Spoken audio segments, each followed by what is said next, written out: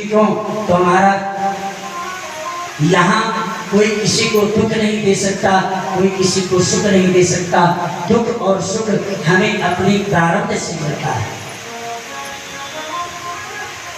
बोया पेड़ बबूल का तो आम कहाँ से हो? आपने इस जन्म में कोई पाप कोई अपराध नहीं किया, लेकिन जो भर तो जो दंड मिल रहा है आप दुखी हो रहे हैं। हो सकता है किसी और जन्म का ना हो। देखो संयोग में आप वस्त्र जो सबसे पहले रखेंगे ना वो सबसे बाद में मिलेगा, और जो सबसे बाद में रखेंगे वो पहले मिलेगा। जब आप सूटकेस में वस्त्र रखते हैं, पैकिंग करते हैं, तो जो सबसे पहले रखते हैं वो पहले मिलता है क्या? बाद में मिलता है। हो सकता है कि जो हमें कष्ट मिल रहा है, जो हमें दुख मिल रहा है, मैंने इस जन्म में तो कोई अपराध कोई पाप नहीं किया है, लेकिन हो सकता है पिछले कई जन्मों में कोई अपराध किया होगा, तो अपने कर्मों का फल भुगता है।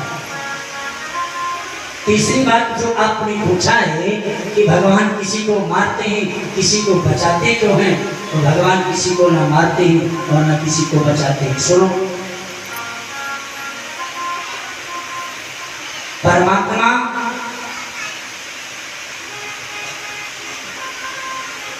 किसी को मारते नहीं है।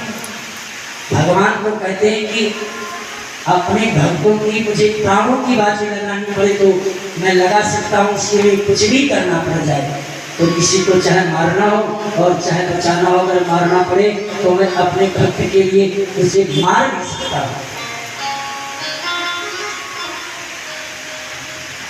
आप धर्म करते हैं, अच्छी बात है, नहीं करते हैं तो आपको धन्यवाद है। आपकी मर्जी, आप करो तो ठीक है, नहीं करो तो ठीक है।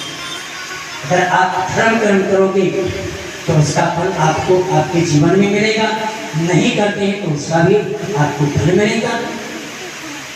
लेकिन कोई धर्म आचरण कर रहा हो, धर्म मार्ग पर चल रहा है, अगर उसे आप दंड देते हैं तो भगवान छोड़ने वाले। एक बड़ी सुंदर कथा सुनाई है आदमी सुखदेव जी ने राजा परीक्षित को विराजन। भगवान ने भक्तों के कामना को पूर्ण करने के लिए भगवान ने 12 को धारण किया है। भगवान स्वर बन करके आए हैं, इसका भी एक कारण है कि 13 पत्नियां हैं, सबसे छोटी दिति है। दिति ने आज कश्यप ऋषि के पास में आकर के कहा, महाराज मेरी जितनी बहनें हैं ना सब पुत्रवती हैं, एक मैं ही हूँ जो मेरी कोई संतान को पुत्र नहीं। कश्यप ऋषि ने कहा, देवी सुनो, इस समय सायंकाल की वेला में संध्या कर रहा हूँ, पुत्र कामना लेकर आई हो, काम वासना लेकर के आई हो, ये संध्या काल है, इस समय का लिया हुआ निर्णय अच्छा फल देने वाला नहीं। इस समय भगवान शिव अपने गणों के साथ में मृत्यु लोक में घूमते हैं, देखते हैं कि कौन क्या कर रहा है। आज भी परंपरा है, आज भी ऐसा है। इस कलकाल कलयुग में भगवान शिव अपने गणों के साथ में सायंकाल की वेला में आते हैं, इस मृत्यु लोक में निरीक्षण करते हैं, भ्रमण करते हैं, देखते हैं कि कौन क्या कर रहा है। अब तो न सायं हो न सुबह हो, जब व्यक्ति के मन में आया तब सो लिया, जब व्यक्ति के मन में आया जो कर लिया। गोधूली में सायंकाल की वेला में लोग भोजन कर लेते हैं। पहले ऐसी परंपरा नहीं थी, मना किया जाता था कि गोधूली है, इस समय भोजन मत कीजिए। गोधूली के समय अगर आप कोई कार्य कर रहे हैं, गोधूली में झाड़ू तक नहीं लगाया जाता है। और कार्य की बात, गोधूली में बहुत ऐसे आदमी हैं कि कार्य करते हैं, अगर गोधूली हो गया है तो उस समय कुछ देर के लिए काम को विराम दे देते हैं।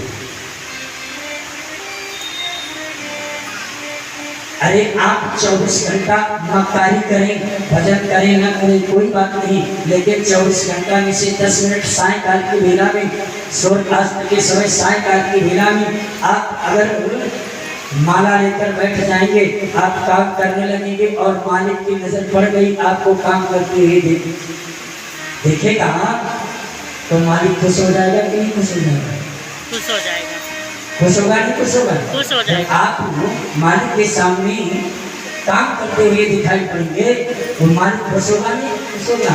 आपकी सराहना करेगा नहीं करेगा? करेगा। अगर आप और नहीं कर सकते हैं तो सायकाल की बेला में तो ज्योति ही जलाया है, तो भगवान के मंदिर में आपका वो समय बीत जाएगा, आपका भजन भी हो जाएगा, आपका पूजन भी हो जाएगा। कश्यप ऋषि ने अपनी पत्नी दिति से कहा, देवी इस समय का लिया हुआ निर्णय बड़ी हो अच्छा नहीं होगा। देवी दिति ने नहीं माना, देवी दिति की कामना को कश्यप ऋषि ने पूर्ण किया। जब काम समाप्त हुआ, सुखदेव जी वर्णन करते हैं कि राजन उस समय देवी दिति ने बहुत पश्चाताप किया और कहा, महाराज मुझसे बहुत बड़ा अपराध हो गया, मेरे अपराध को क्षमा कीजिए। कश्यप ऋषि ने कहा कि देवी, कुछ अपराध ऐसे होते हैं जो क्षम्य नहीं होते, उसका प्रायश्चित होता है, उसका अपराध जो हो गया है उस अपराध का फल तो भोगना ही पड़ेगा, कोई इस शक्ति का असर तो कहीं जाने वाला है नहीं। सुनो, तुम्हें तो पुत्र होंगे जरूर, लेकिन तुम्हारे पुत्र में दुष्ट आताकारी होंगे, चालाक होंगे। एक तरह से मान लीजिए कि उनके कलंक होंगे। देवी दिति ने कहा, महाराज बहुत बड़ा अपराध हुआ, कुछ उपाय कीजिए। तो कश्यप ऋषि ने कहा, सुनो, पुत्र तो तुम्हारे बड़े दुष्ट होंगे, लेकिन जो तुम्हारे पुत्र के पुत्र होंगे वो बड़े भगत होंगे, तुम्हारा जो पोता होगा बड़ा भगत होगा। सावे महाभागवतो महात्मा महान भावो महता महिष्ठा प्रवृत्त भक्ता भावितांसे निवेश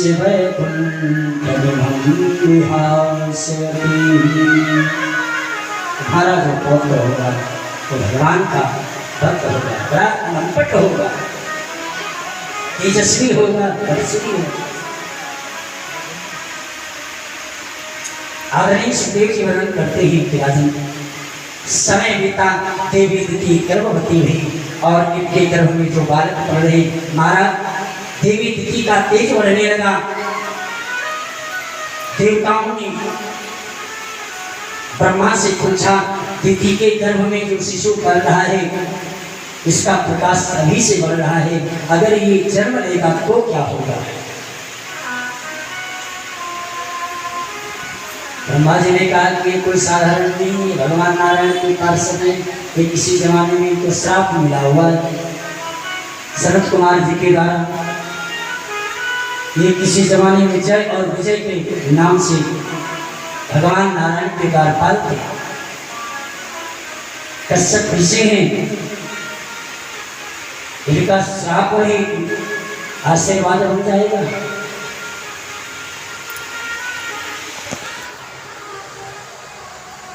और वही दिति के गर्भ से जो बालक जन्मे, इन्हीं का नाम हिरण्याक्ष और हिरण्याकश्यपु।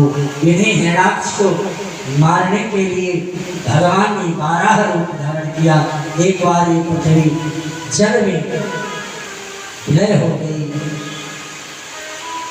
जल में पृथ्वी डूब गई।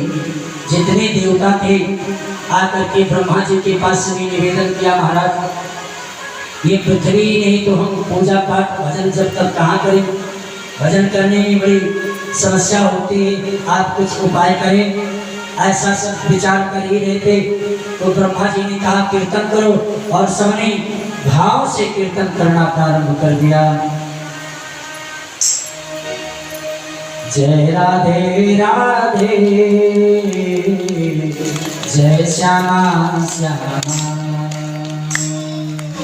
जय राधे राधे